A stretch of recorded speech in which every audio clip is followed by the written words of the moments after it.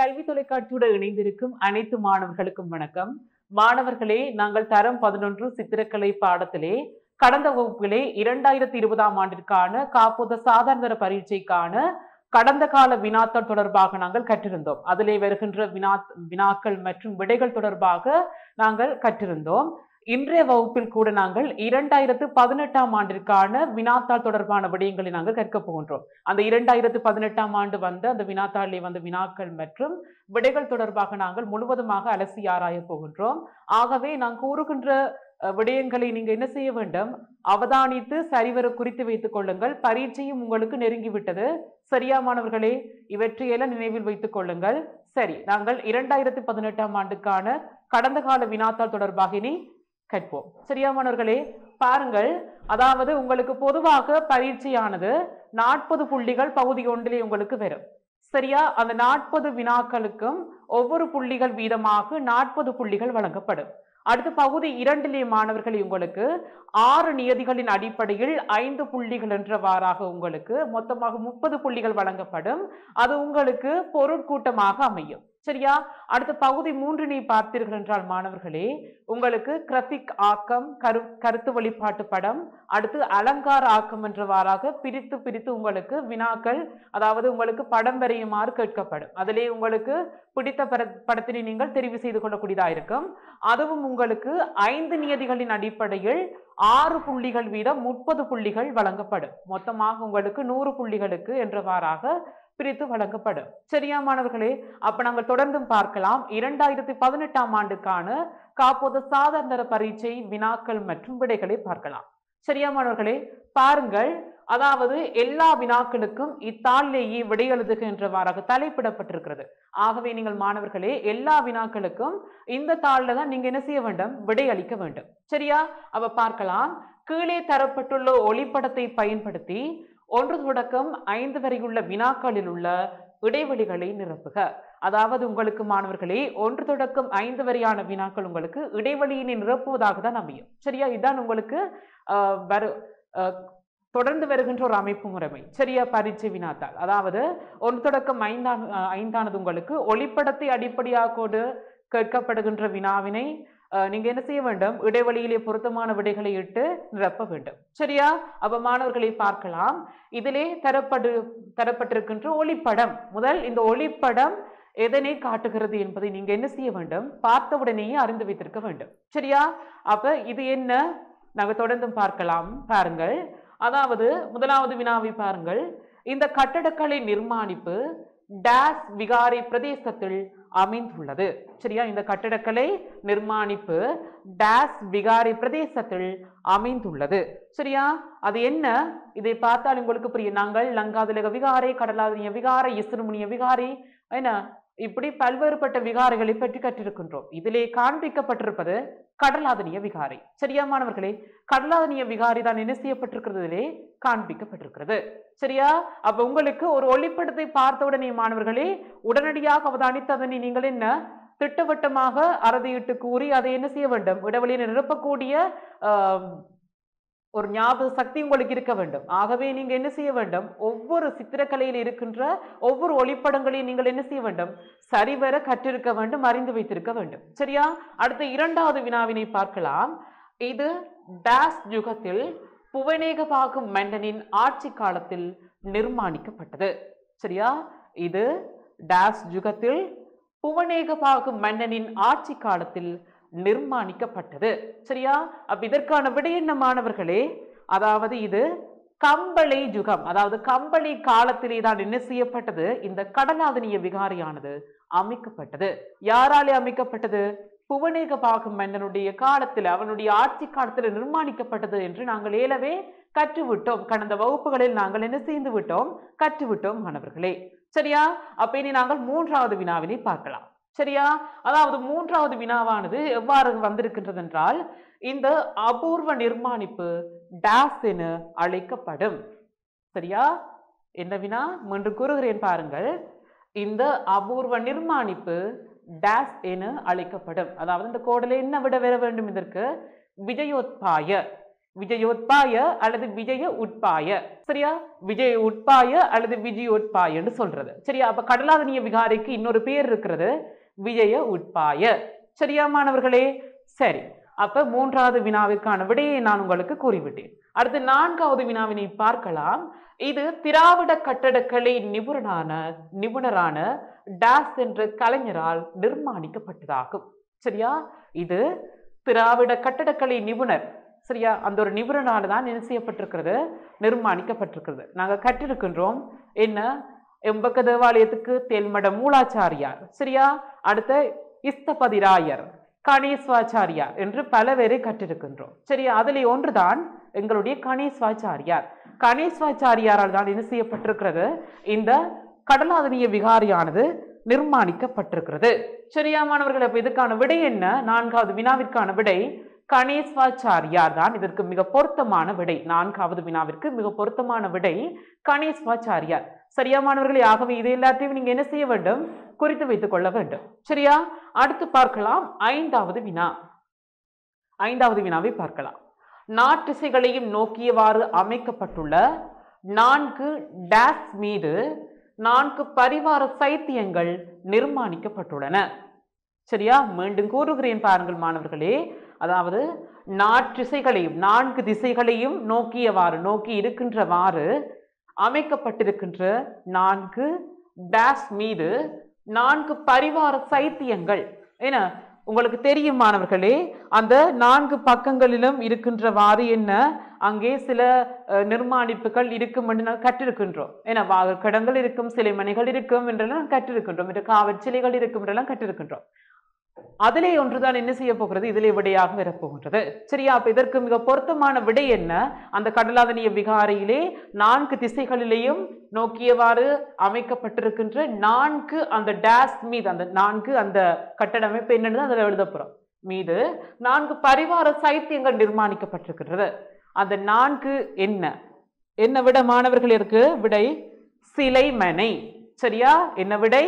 சிலைமனை அல்லது பிலிமகே அல்லது புத்தமனை அல்லது பிரதிமாகார. சரியா? இதிலே நீங்கள் 4 விடைகளையும் கொடுக்கலாம். அதிலே நீங்கள் கூடுதலாக அறிந்திருப்பீர்கள், சிலைமணி என்ற சொல் அறிந்திருப்பீர்கள். ஏனி அந்த பிலிமகே, புத்தமனை, பிரதிமாகார என்ற சொற்கள் நீங்கள் அறிந்திருக்க மாட்டீர்கள். சரியா? ஆனால் நீங்கள் இலகுவாக நீங்கள் ஞாபகத்தில் வைத்துக் கொள்ள வேண்டும் என்றால் சிலைமணி என்று ஞாபகப்படுத்தி வைத்துக் கொள்ளுங்கள். சரியா? அடுத்து பார்க்கலாம் மாணவர்களே. நாங்கள் இவ்வளவு நேரமாக பார்த்தது 1 தொடக்கம் 5 வரையான வினாக்கள். அவை அந்த ஒளிப்படத்தை அடிப்படையாக கொண்டு நீங்கள் இடைவெளியை நிரப்புகின்ற ஒரு பகுதியாக அமைந்திருக்கு. அடுத்து நாங்கள் 6 தொடக்கம் வினாக்களை தொடர்ந்து பார்க்கலாம். அவையும் ஒரு வகைப்பாட்டின் அடிப்படையாக கொண்டுதான் உங்களுக்கு என்ன வினவப்படுகின்றது. இது இடைவெளி நிரப்புவதை போல அது உங்களுக்கு எவ்வாறு இருக்கும், 6 தொடக்கம் 10 உங்களுக்கு சுருக்கமான விடை எழுதுகின்ற பகுதியாக அமைந்திருக்கும். சரியா? 6 தொடக்கம் 10 சுருக்கமான விடை எழுதுகின்ற இருக்கின்றது. சரியா? பார்க்கலாம். 6வது வினா மாணவர்களே. அதாவது மேலத்தேய யதார்த்தவாத ஓவிய பாணியின் செல்வாக்கிற்கமைய நவீன விகாரை ஓவியங்களை வரைந்த முன்னோடி ஓவிய கலைஞர் யார்? சரியா? அதாவது மேலத்தேய யதார்த்தவாத ஓவிய பாணியின் செல்வாக்கிற்கமைய நவீன விகாரை ஓவியங்களை வரைந்த முன்னோடி ஓவிய கலைஞர் யார்? சரியா? அதாவது மேலத்தேய செல்வாக்கிற்கமைய பல்வேறுபட்ட கலைஞர்கள் வரைந்திருக்கணும்.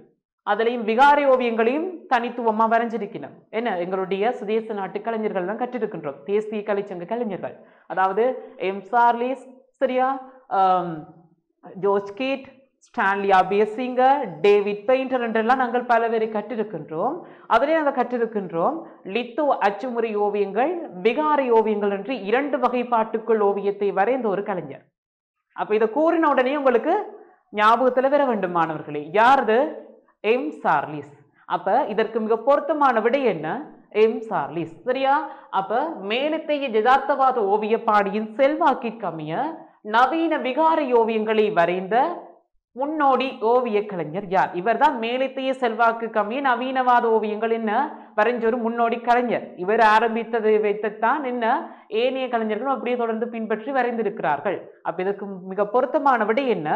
M Charlize. சரியா மாணவர்களே? அப்ப 6வது வினாவிற்கான விடை எம் சார்லிஸ். சரியா? அடுத்து பார்க்கலாம் மாணவர்களே, 7வது வினா. சரியா? என்ன வினா? 7வது வினா பார்க்கலாம். ஏ மார்க் என்ற கலைஞரால் கழிவுப் பொருட்களை கொண்டு நிர்மாணிக்கப்பட்ட சிலை என்ன பெயரால் அழைக்கப்படும்? சரியா? நாங்கள் கற்றிருக்கின்றோம். ஏ மார்க், திஸ்ஸ ரணசிங்க என்பவர்களை நாங்கள் தொடர்ந்து கற்றிருக்கின்றோம். சரியா? அதிலே ஒன்றுதான் இந்த ஏ மார்க் என்ற கலைஞர். சரியா? இவர் ஏ மார்க்கும் சரி, திஸ்ஸ ரணசிங்கவும் சரி, ஒரு மாறுபட்ட கலைஞர்கள். அந்த அரூபவாதங்களை பயன்படுத்தி அந்த தங்களுடைய ஆக்கங்களை உருவாக்கக்கூடியவர்கள்.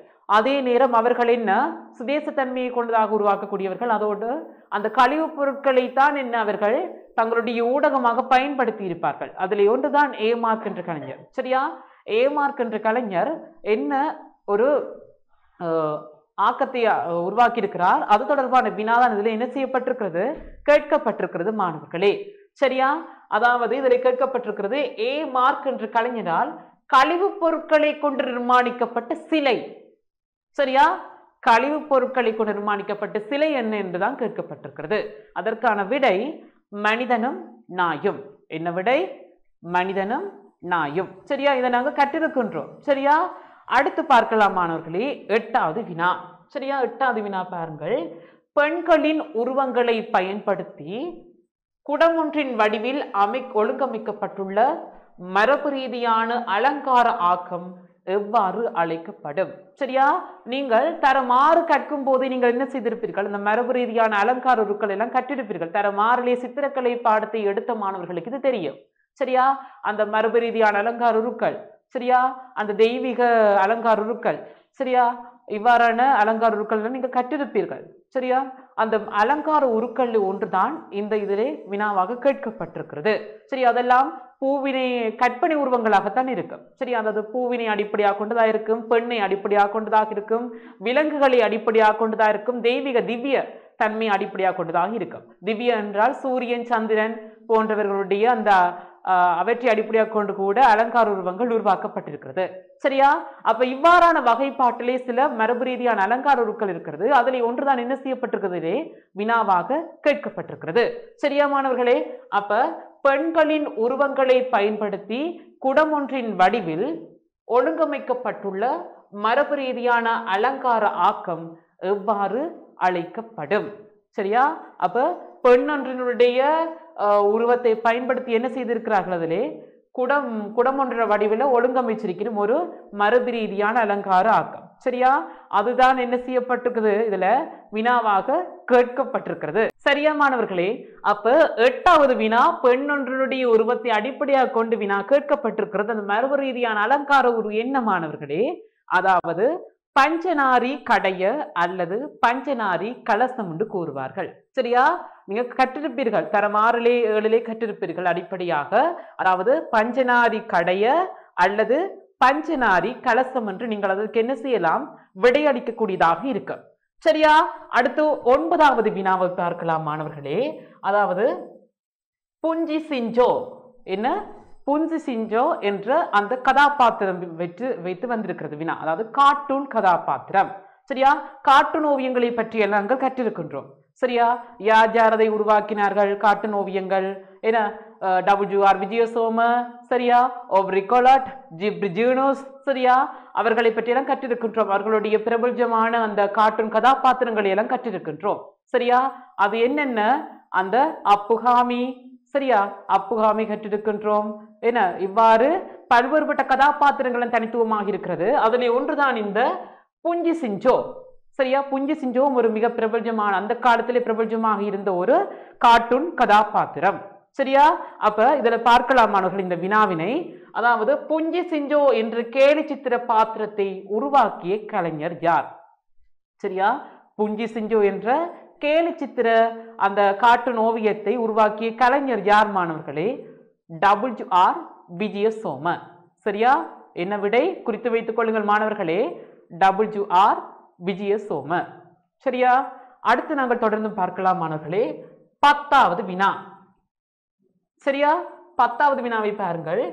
சிறிய தலையையும் எளிய அரூப வடிவங்களையும் பயன்படுத்தி சிலைகளை நிர்மாணித்த ஐரோப்பிய சிற்பக்கலைஞர் யார்?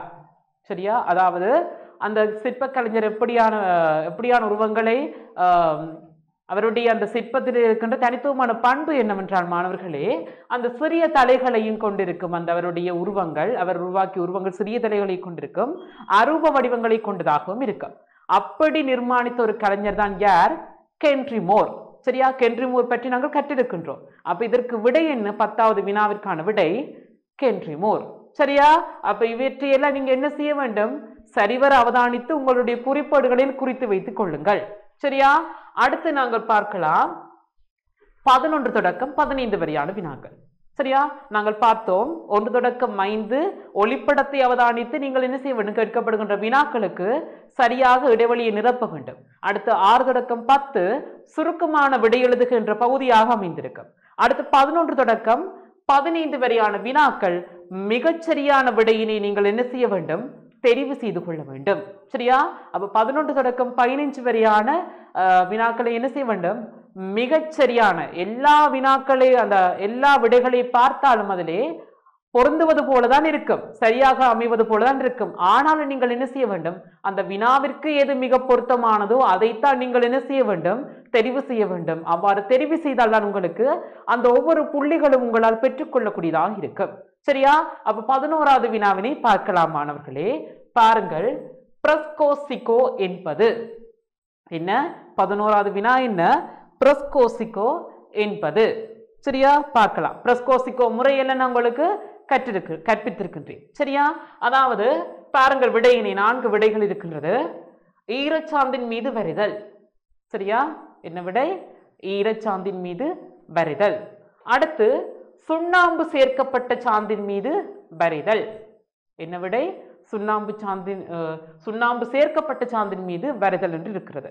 அடுத்த விடையினை பாருங்கள், காய்ந்த சாந்தின் மீது வரைதல். சரியா? முதல் ஈரச்சாந்தின் மீது வரைதல் என்ற விடை வந்தது. அதே போல பாருங்கள், காய்ந்த சாந்தின் மீது வரைதல். அப்ப உங்களுக்கு என்ன இதிலே ஒரு இடர்பாடு ஏற்படும். எந்த விடையினை நீங்கள் என்ன செய்ய வேண்டும்? தெரிவு செய்வது என்பதில் உங்களுக்கு ஒரு இடர்பாடு ஏற்படும். ஆகவே மாணவர்களே, இவற்றை நீங்கள் சரிவர அவதானித்துக் கொள்ளுங்கள். அடுத்து 4வது வினாவை பாருங்கள், சாந்தின் மீது சுண்ணாம்பை பூசி வரைதல்.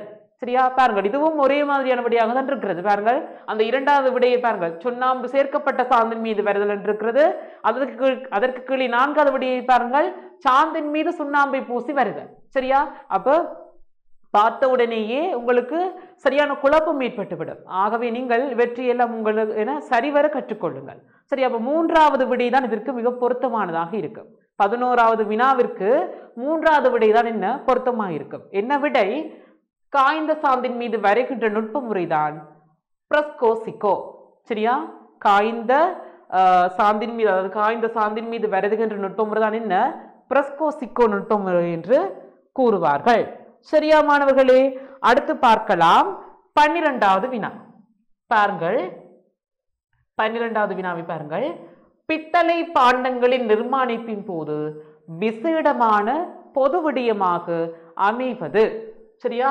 பித்தளை பாண்டங்களை நீங்க நிர்மாணிக்க எது விசேடமான ஒரு விடயமாக இருக்கிறது என்று இதிலே கேட்கப்பட்டிருக்கிறது. அதற்கான விடயத்தான் நீங்கள் மிக பொருத்தமான விடயத்தான் என்ன செய்ய வேண்டும்? இதிலே தெரிவு செய்து கொள்ள வேண்டும்.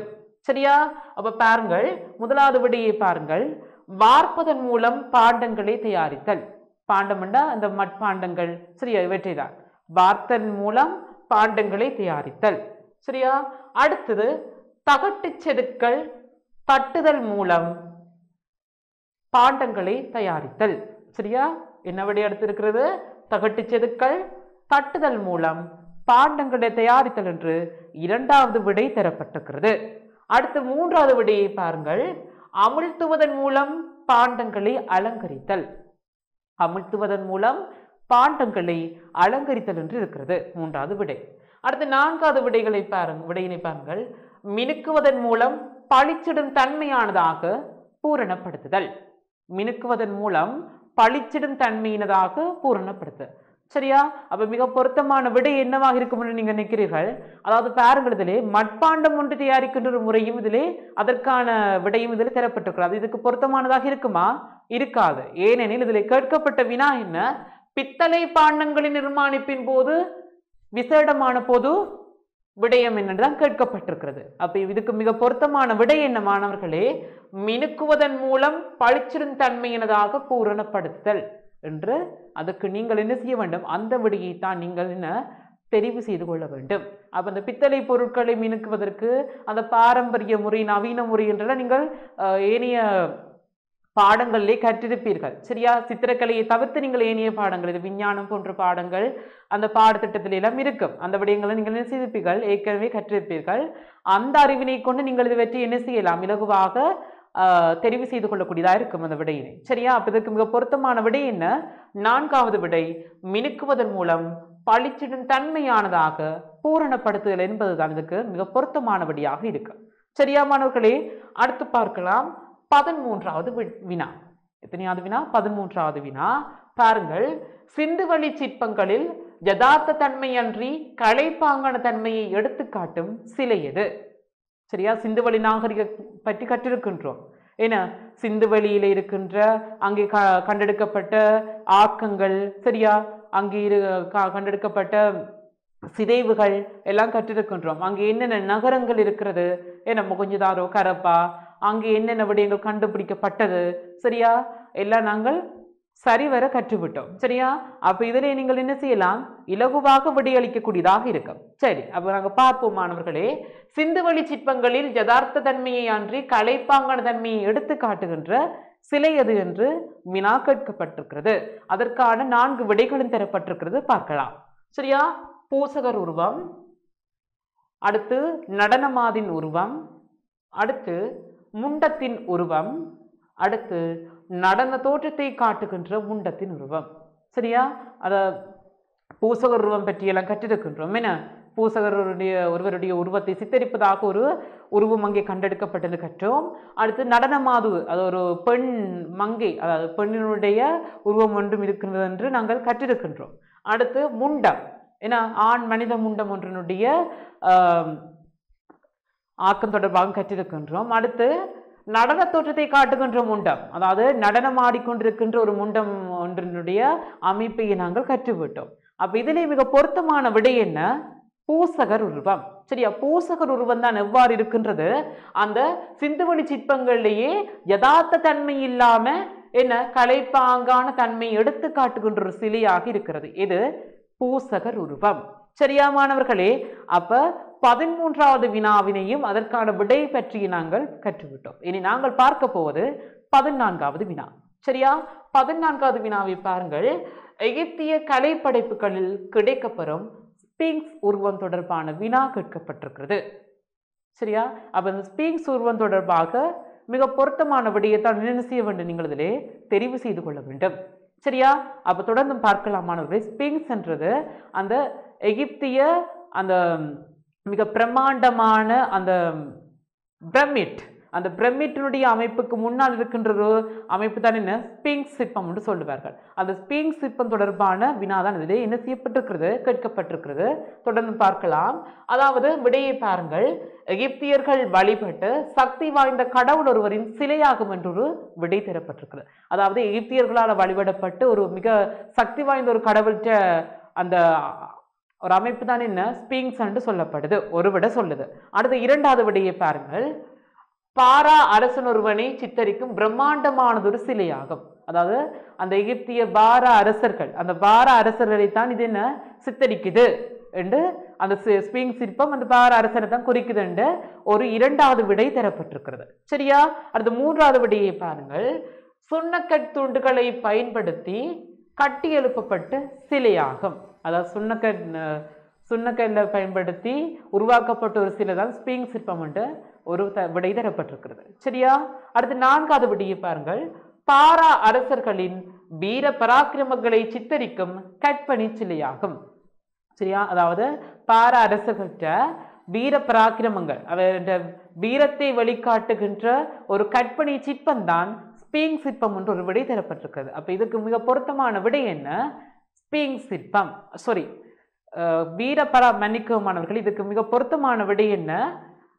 பாரா அரசர்களின் வீர பராக்கிரமங்களை சித்தரிக்கும் கற்பனை சிலையாகும் என்பதுதான் இதற்கு மிக பொருத்தமான விடை. சரியா? அப்ப 14வது வினாவிற்கான விடை என்ன? 4வது விடைதான் அமையும். அடுத்து 15வது வினாவை பாருங்கள். இலங்கையில் ஆதிவாசிகளின் குகை ஓவியங்களில் என்று கேட்கப்பட்டிருக்கிறது. சரியா? அப்ப நாங்கள் என்ன குகை ஓவியங்கள் பற்றி கற்றிருக்கின்றோம். குகைகள் தொடர்பான என்னென்ன குகைகள் இருந்திருக்கிறது, அங்கே மனிதர்கள் அவ்வாறு ஓவியங்களை வரைந்திருக்கிறார்கள். சரியா? அந்த குகைகளை என்னத்துக்காக பிரயோகித்திருக்கிறார்கள் என்ற விடயங்கள் எல்லாம் கற்றுவிட்டோம். சரியா? அப்ப அந்த குகை ஓவியம் தொடர்பான ஒரு வினாதான் என்ன செய்யப்பட்டிருக்கிறதுலே கேட்கப்பட்டிருக்கிறது. சரியா? பாருங்கள் மாணவர்களே, முதலாவது மனிதர்களினதும் பிராணிகளினதும் உருவங்கள் குறியீட்டு அடிப்படையில் வரையப்பட்டுள்ளன என்பது முதலாவது விடை தரப்பட்டிருக்கிறது. சரியா? நாங்கள் கற்றுவிட்டோம், அதனாலே உங்களால் இலகுவாக என்ன செய்யலாம், ஊகிக்கக்கூடியதாக இருக்கு. சரியா? அடுத்து பாருங்கள், பிராணிகளின் உண்மையான அசைவு தோற்ற நிலைகள் சித்தரிக்கப்பட்டுள்ளன என்று 2வது விடை தரப்பட்டிருக்கிறது. அடுத்து பாருங்கள், அழகிய வர்ணங்களினால் அலங்கரிக்கப்பட்டுள்ளன என்று அடுத்த 3வது விடை தரப்பட்டிருக்கிறது. சரியா? அடுத்து 4வது விடையை பாருங்கள், பிராணிகளை சித்தரிப்பதில் மாத்திரம் வரையறை பேணப்பட்டுள்ளது என்று 4வது விடை தரப்பட்டுள்ளது. சரியா மாணவர்களே? அப்ப பாருங்கள், இதிலே 4 விடைகள் இருக்கிறது. அந்த 4ஐ பார்த்தாலும் ஒரே மாதிரியாகத்தான் இருக்கிறது. ஆனால் இதிலே கூறப்பட்ட ஒரு விடைதான் மிக பொருத்தமானதாக இருக்கும். அந்த விடை என்னவென்றால், மனிதர்களதும் பிராணிகளதும் உருவங்கள் குறியீட்டு அடிப்படையில் வரையப்பட்டிருக்கிறது.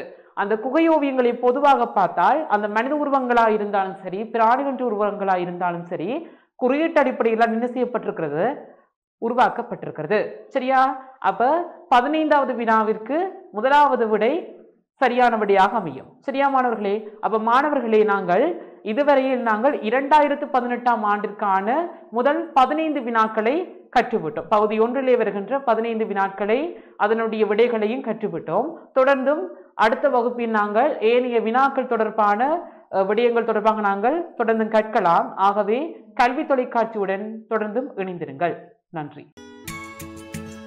கல்வி டிவியில் புத்தம்புது நிகழ்ச்சிகளை உடனுக்குடன் பார்த்து மகிழ எமது Facebook மற்றும் YouTube பக்கத்தை லைக் செய்யுங்கள்.